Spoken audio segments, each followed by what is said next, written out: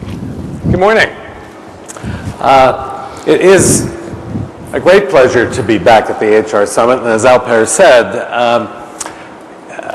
back in 1999 or so, the ideas that the sharing of information were going to change the way we did business and the way the economy worked were new ideas. Those were in the book Blur. I hope that this book proves to be as useful in the next 10 years as that has been to people in the last. I came to Turkey the first time in 1999 for the total eclipse of the sun. So to come here to talk about a book called Standing on the Sun is somehow poetically appropriate. After that eclipse, there was an earthquake.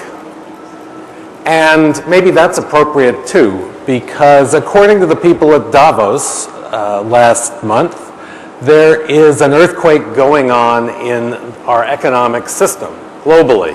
Klaus Schwab, the founder of the World Economic Forum, said last month, capitalism in its current form no longer fits the world around us. That's a very strong statement coming from the World Economic Forum.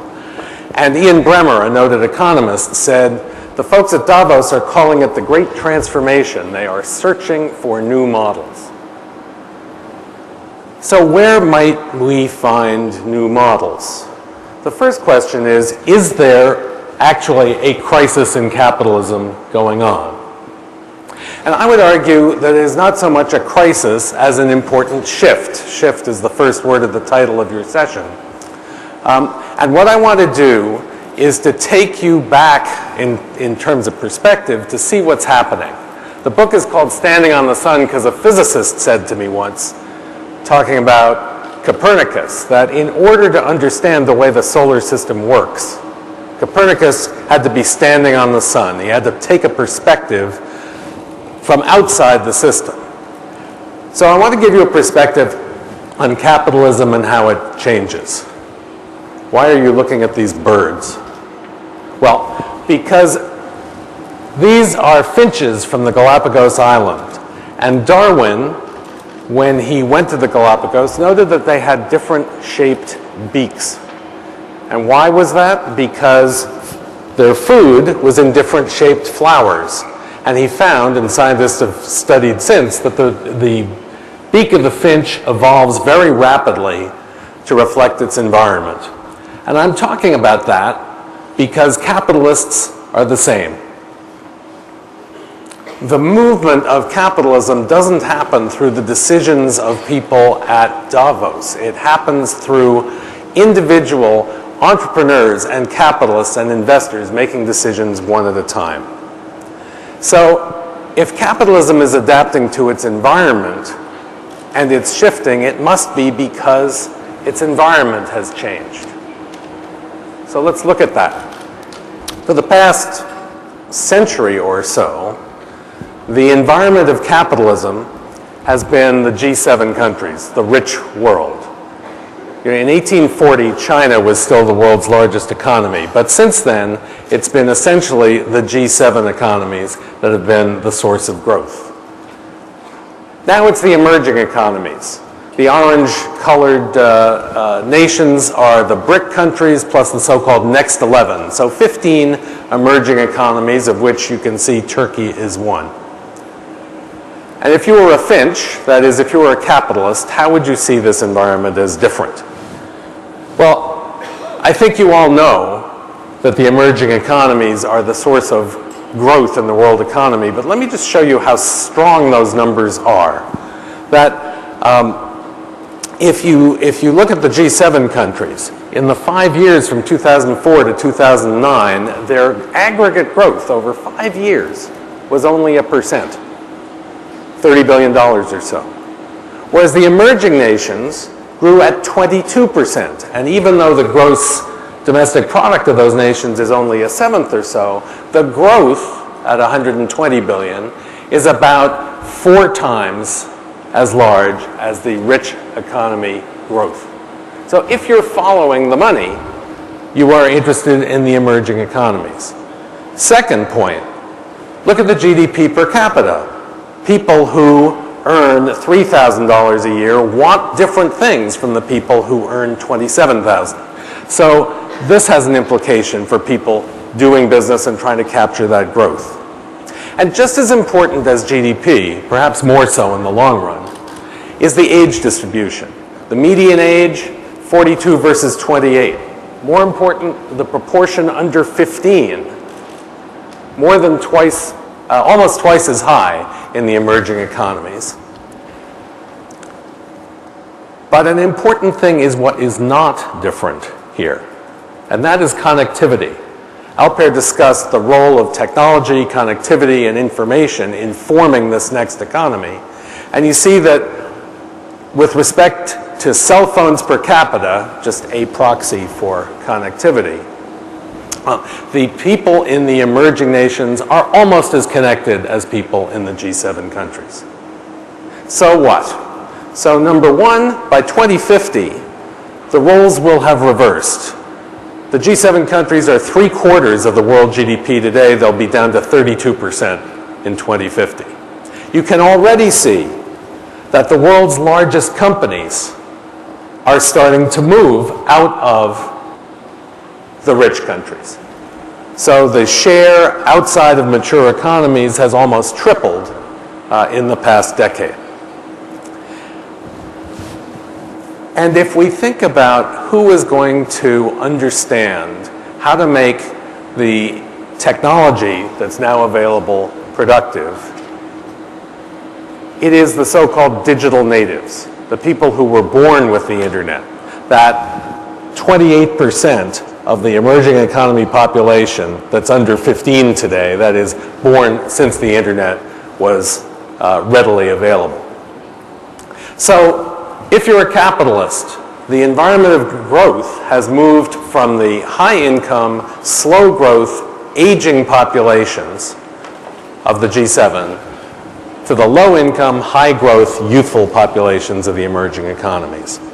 And we've seen this story once before. Because if you were thinking about industrialization in, say, 1860, most of the technology, chemistry, electricity, metallurgy, most of the technology was developed in the British Isles. But in England and Scotland, there was a big embedded base of an agricultural economy. There were farms, there were hostlers, there were all the things that went with the agricultural environment.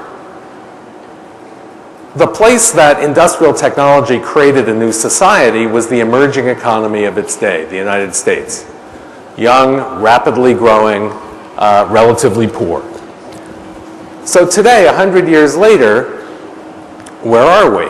The United States developed a lot of the information technology that's changing the world today, but it is India, China, and the rest of the emerging economies that will figure out what the rules are for making this technology productive. The rich world is going to have to catch up. So let's talk about the process of this change. Back to the birds. Why am I showing you a peacock? Did you ever think biologically about how the peacock got this tail? Why does it have this enormous plumage? And the answer is simple. It's the peahens. The females prefer to mate with peacocks with big tails. It's sort of the Ferrari of the bird world. And the issue is this. Originally, that was a good idea. A big tail was a sign of health. But that meant that the tail got bigger and bigger generation to generation. And what you have now is a species that is not thriving as well as it should because of the sexual selection criterion. The tail gets big, it's expensive, you have to eat a lot to grow it, you have to carry this heavy thing around, and if the honey badger is introduced into your environment, you're too slow to get away from it. So it turns out that while peacocks may be beautiful, there are fewer of them than there would be if the females were more eclectic in their tastes. So what does this have to do with capitalism? In the beginning, back in 1860, as we scaled up the Industrial Revolution, what was the scarce resource? It was equity capital. So we developed a whole economy based on the idea of maximizing ROE. And ROE has now become like the peacock's tail. Investment capital isn't scarce. If it were scarce, there couldn't be speculators making so much of it slosh around the world. It's just a matter of who gets to use it. And for the moment, we've given an awful lot of it to the financial traders rather than to people who can make productive use of it. So we have a kind of peacock's tail, what's called a runaway effect, which leads in biology to biological suicide. And it's leading us here into a kind of economic extinction of the economies that are purely driven by ROE. And so I want to give you, in the book, there are 5 rules that are going to change as a result of this evolution of capitalism. I only have time in this talk to talk about one of them, although I'm talking again this evening and we'll go into all of them. But this financial orientation and the financial evaluation of how we do as individuals, as companies, GDP, as economies, we liken to seeing the world in black and white. It's only one dimension of the way the world works. Now, in 1973, the King of Bhutan suggested that it might not be the most important way for his country. So the King of Bhutan said, we are not going to maximize GDP, we're going to maximize gross national happiness. Now, most people reacted that this was kind of a fun idea and that the King of Bhutan had said something provocative, but they didn't take it terribly seriously. In 2008, Nicolas Sarkozy in France commissioned 2 Nobel Prize-winning economists to study what it is that France should be maximizing. Joe Stiglitz and Amartya Sen. And by 2011, there was an effort underway in Britain to measure happiness, and in 41 other countries. And in 2011, China announced that it would measure happiness. So this idea that seemed vaguely silly to economists when Bhutan talked about it has become the leading edge of policy thinking. And even a nation of 780 million people, namely Facebook, has developed the idea that social media are an interesting way to gather information on happiness. And their researcher who leads this work asks a very simple question. If we know that money doesn't buy happiness, why are we optimizing for money?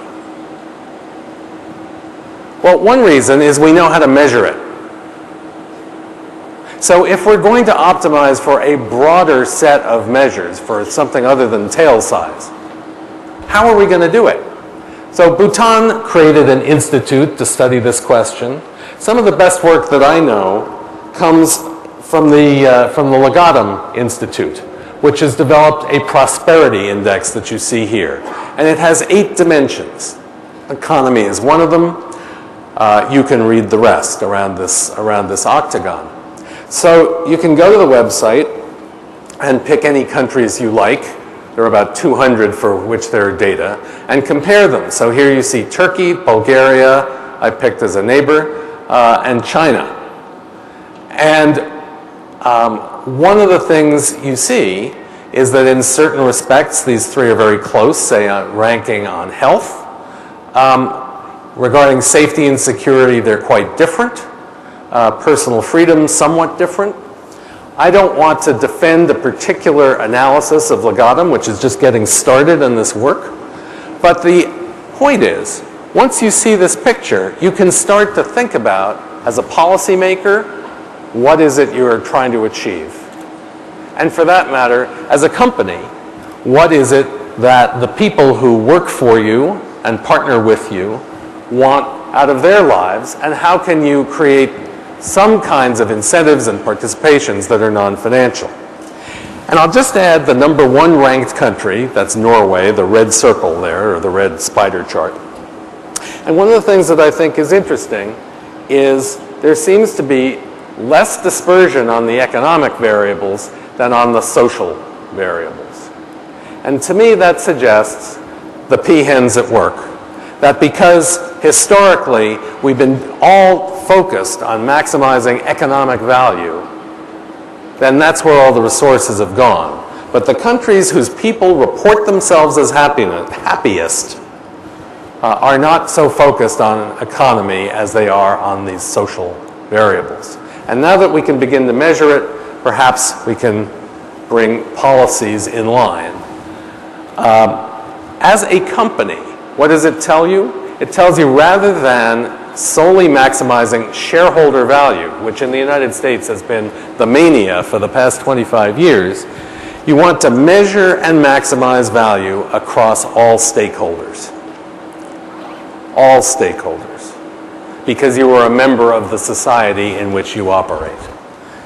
Now, I have time for just a little bit, a couple of examples of companies doing this. Here's an interesting way in which you could imagine a rule of capitalism that we take for granted might change. The way we might select for one shape of the beak and against another, in other words. So this is a story from 3 months ago. It said the Chinese and Indian drug makers are on the verge of selling cheaper copies of huge sellers such as Herceptin. Point is they're learning to make biotech drugs, not just small molecule drugs. Their entry could not only transform the care of patients, but also ignite a counterattack by major pharmaceutical companies and diplomats from richer countries. So can we just think about that for a second? You have a drug that can save lives. You have somebody who can make it available to more people. And the prediction here is that the people making it would be attacked by people who have been selling it at a higher price, and that their diplomats would help them. This seems like not the way we want our global economy to work. How do you think that story is going to come out? Well, let's put it to the digital natives, the people who are used to not only checking in on Foursquare, but to sharing information, sharing music and other kinds of files, and who understand that a drug is just a piece of code, is another way of expressing information in chemical form. To them, it will seem ridiculous that the patent value, the margins of producers should be protected when there are lives at stake. And so we will find new models that will incent people. Perhaps saving lives will be enough to incent people, but will also financially incent people without artificially inflating the margins of drug companies through essentially monopoly power. So that's how I believe this will come out. And if we say, well, this will never happen, I would quote to you Angela Merkel speaking to the European Union, saying a community says that regardless of what happens in the rest of the world, it can never again change its ground rules. That community simply can't survive. So the companies, the diplomats in the rich world who might sue China and India for making useful drugs are not going to win that battle. And the last story I want to tell you is about GE, because a handful of global companies have gotten this message already. And GE is running its health business in a truly globalized way. They understand that the market for electrocardiographs in the future is in India, not in the rich countries. And they also understand that an Indian health clinic can't afford a $5,000 machine. So they sent some of the engineers who had been working for a group in Connecticut in the United States, but they had been working in Bangalore, out to find out what kind of a cardiograph they needed in India. So the engineers charged with creating more products at more price points for their own country go out with the doctors, and they discover that what is needed is a cardiograph that can ride on the back of a motor scooter, survive the bumps and the dust, and work at a clinic where there's no electrical power.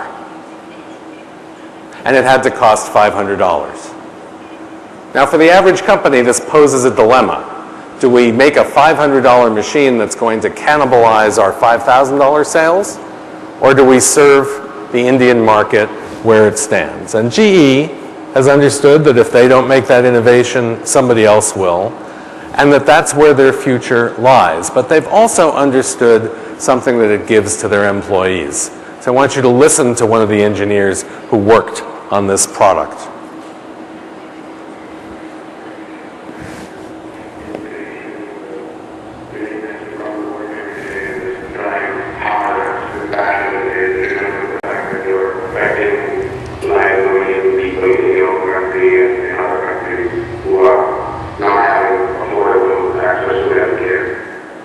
So this engineer in India is motivated to do his best work, not by his compensation, but by his impact on his own company, on his own country, and his mission of providing affordable access to health care.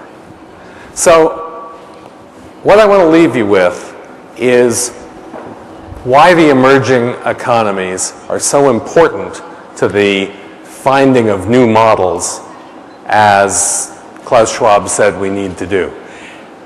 The emerging economies get to make the choices, and it's not that they are a new source of labor and materials or inexpensive labor. It's not that they're rapidly growing markets, although that's important. And it's not even for their technical innovation skills and the opportunity for reverse innovation.